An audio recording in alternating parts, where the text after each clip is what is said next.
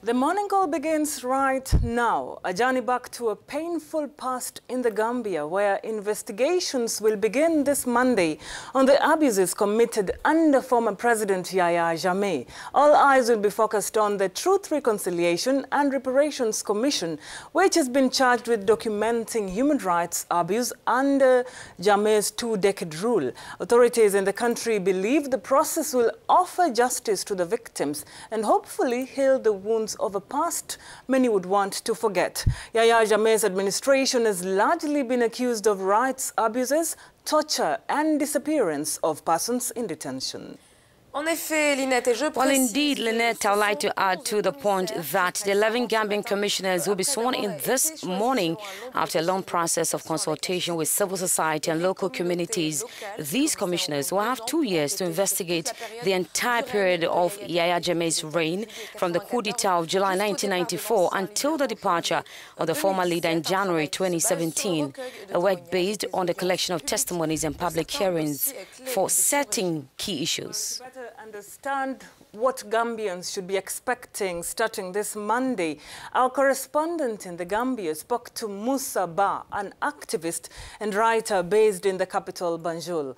Musa, we appreciate you joining us today in the program. So the 11 commissioners of the Truth, Reconciliation and Reparations Commission will be sworn in this Monday. And it will be happening in Yahya Jammeh's newfound home in Malabo, Equatorial Guinea.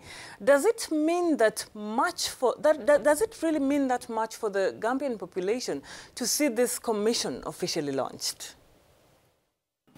Thank you very much for having me. And to your question, yes, I am sure it means a lot to Gambians because we know that the country has gone through a lot of difficulties, 22 years or so of dictatorship.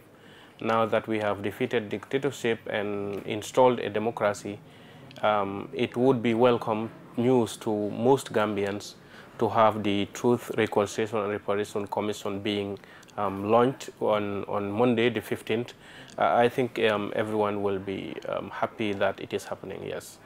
And this panel of commissioners had been drawn from all the major regions of the Gambia, that is, from the 5 main ethnic groups. But is there a general consensus on the profile of these members? Generally, I will say that there are a few discontent voices from here and there, most notably on the secretariat side, because I remember there was this gentleman when he was appointed, there was a lot of talk that he should not be in the commission. Oh, please. I think his name is Alaji Baro. He was to be the director of research. But what many fail to understand is that that is the secretariat side. So like he's on the administrative side. He's not a commissioner.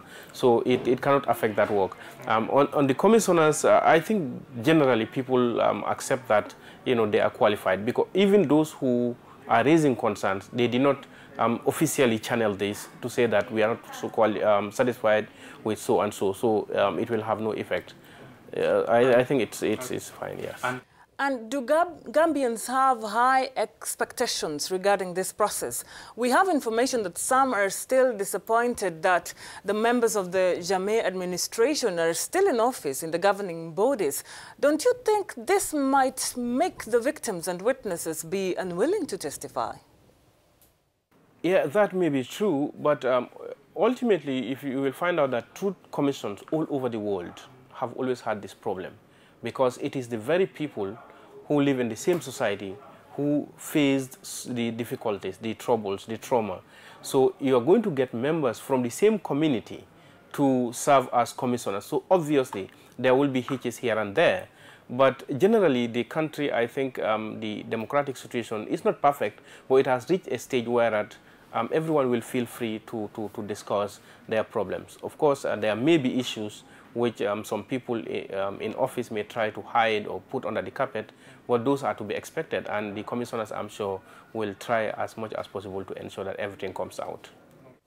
And if asked to assess the current situation in the Gambia, will you say things have completely changed under the new system with President Adama Barrow? Well, I will not say totally changed. That will be an exaggeration. Of course, there has been a marked improvement in compared to what used to obtain in the previous regime, because now people are freer, people have the right and the space to speak out, share their opinions, and without fear.